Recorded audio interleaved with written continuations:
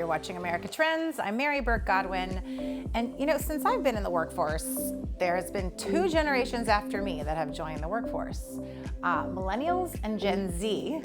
And apparently, I've just been hearing that they don't like to be confused with one another. And they both bring something new to the table and to the workplace. And our next guest has been studying this and working with all the different generations on making it a cohesive workplace for everyone. Dan Negroni, welcome back to America Trends. Hello, how's everybody? Great. We're missing you here in the studio, though. Where are you zooming in from? No, I am zooming in from Deer Valley, Utah. Are you? So I apologize that you it's really bright, but it is probably the most gorgeous ski day of the season. That's awesome. Now, are you there for a speaking gig or vacation? Little of both. Okay, great, perfect. Well, it always helps if you can tack on a little vacation when you have to be in a different city. So that's pretty Amen awesome. to that. Yeah, amen. So, owner of Launchbox 365 and business coach, consultant, speaker, you are working. You're, I would say, in the weeds with the people out there, both business owners and you know, varying levels of employees, and trying to help people have a cohesive workplace, I would say. And you know, on your feed, I watch your videos on your feed, and there was just something that you were talking about Gen Z and millennials, and I think you confused them, or somebody in your audience was like, "Don't confuse us." No, for particularly someone in the audience. I was doing a big event in Palm Springs, and I was talking to a big audience, and one of the millennials in the background, she raised her hand really loud and proud and said, "Do not confuse me with those Gen Zs. We are nothing alike." And it was really the first time that it's happened to me. And all sorts of things happen when you ask questions of the audience when you're speaking. However, it was a super cool response because it was very negative. But if you really kind of go out there and do the research, which is what we did immediately after that conversation, after I backed my way out of saying how similar they were and how they all grew up with technology, and they well, that's true though.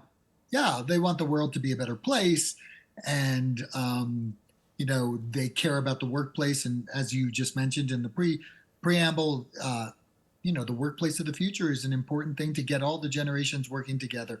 But Gen Zs are pretty cool. I mean, they don't take any BS. They really want purpose. They want to do things that make a difference. They want to be known. They want to be known for doing something. They want to be learning. They want to be growing. And all of those are really cool things. And they don't BS. Millennials put up with a lot of stuff. And they got a bad rap for it. Now, look, the truth is all generations are great. All people are great. How do we connect with other humans has been a challenge since the beginning of time. Yes, absolutely. Now, I was reading, I want to read something that I wrote down. I don't know where I found this exactly, but it says Gen Z is the most diverse generation in the U.S. history in terms of race, ethnicity, and sexual orientation. Its members are also by and large progressive, pro-government, and activist-minded. Whatever side they fall on, they're very activist-minded. They want to get out and make a difference. They want to be vocal. They know they can be vocal and they can get heard because of these platforms. Like you said, they were born with a phone in their hands or an iPad or whatever. They see TikTok, all these social media platforms where anyone from their bedroom can post a video and potentially go viral and get their message out. Yeah, I think all those things are true, and it doesn't really matter what the source is. I think most of the sources would say the same thing as, like I said, they want to make a difference in the world. They care. And it is really the first time where they are diverse, they are different.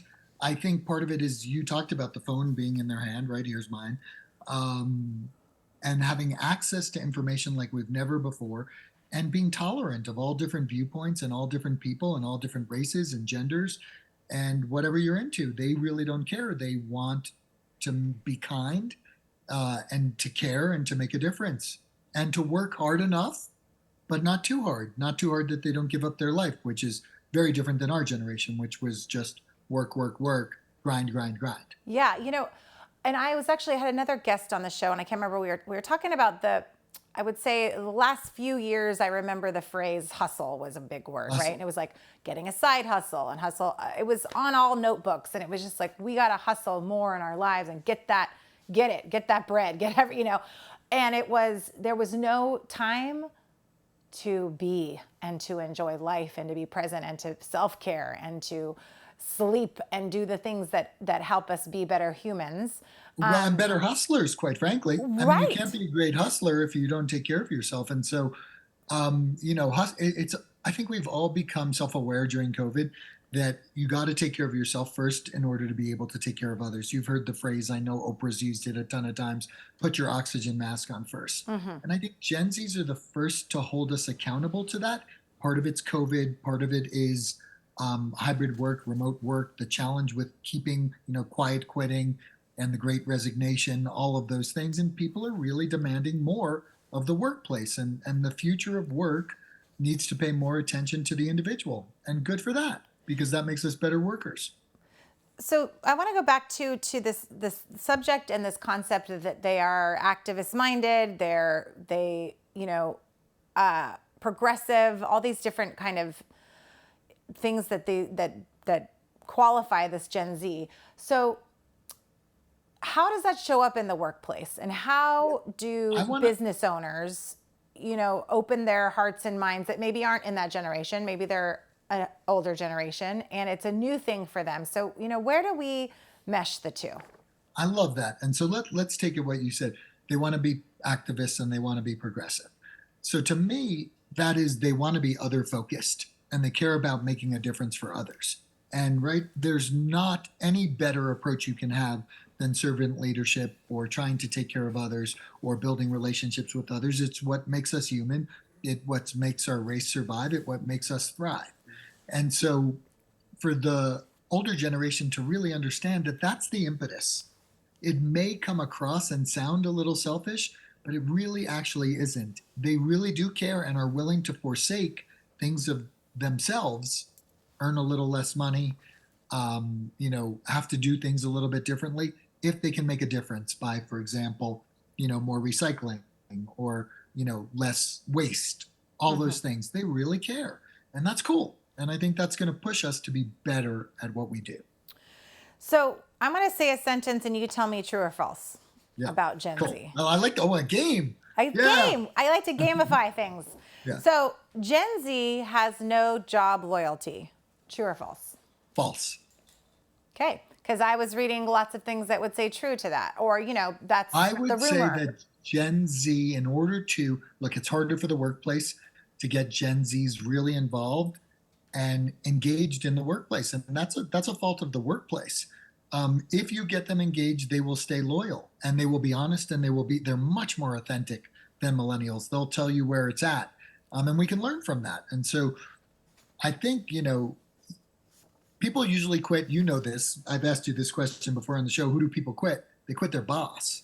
And so you want to be able to make Gen Zs more loyal, be a better boss. Wow. That's dropping the hammer, dropping the mic there right there. So then what would you say to someone that says, hey, I want to be a better boss to these Gen Zers. I have my old ways. This is how I like things done. And I realize I maybe need to open my mind to other ways. So what I was liking the true false. No more true falses. Nah, I can come up with one during the break. Okay. Yeah. But or true false. Can a boss change? Or boss can change. Absolutely. Bosses can change if they want to. And I think when you get them together and you talk, and we have this program where we actually teach each other about themselves, and then we share it, and they can change, and they really are on the same page, and we all do want the same things. And I think bosses, we've talked about this before on the show. You need to move from boss to coach. Boss was the old command and control. That doesn't work because they're too smart. They have their phones, information everywhere. There's this thing called the internet, right? It works, and we have a lot of knowledge, and therefore we have to have many more conversations about how to get better together. And bosses that want to become coaches and learn about how to get better together and how to teach and how to share and how to grow will win every time, hands down. I love that. Better together, and how are we doing this together, and the coaching. And I think I've talked about this book with you before, but I just reread it, a book called Crucial Conversations. Love that book. I want to buy one for every copy, or for everyone I know, because I feel like it, I bought it specifically for work things, but also for kids, Oh my for God, yeah. people in my For life. You know, my kids are spouses, teenagers. right? They're right. Spouses, significant others, My friends, ex-husbands. exes. You Yeah. know, it's a huge because what I loved about it was it breaks it down. You know, how we enter a crucial conversation where something's at stake. And so, for a boss or an employee, if someone's Mhm. coming in to ask for a raise, or a boss is having to have a conversation about behavior or whatever it may be, you know, there's things at stake, and it makes the conversation very weighted, right? So we're going to take a quick break, but I want to come back and talk about this a Cool. little bit. Yeah. And then I want to talk about AI-based coaching. Oh yeah. Is That's a that new something thing. you can Cool. talk about? Yeah, yeah. Okay, I'm for talking sure. to Dan Negroni of launchbox365.com, at dan.negroni at Instagram. Stick around for more America Trends with Dan Negroni right after this.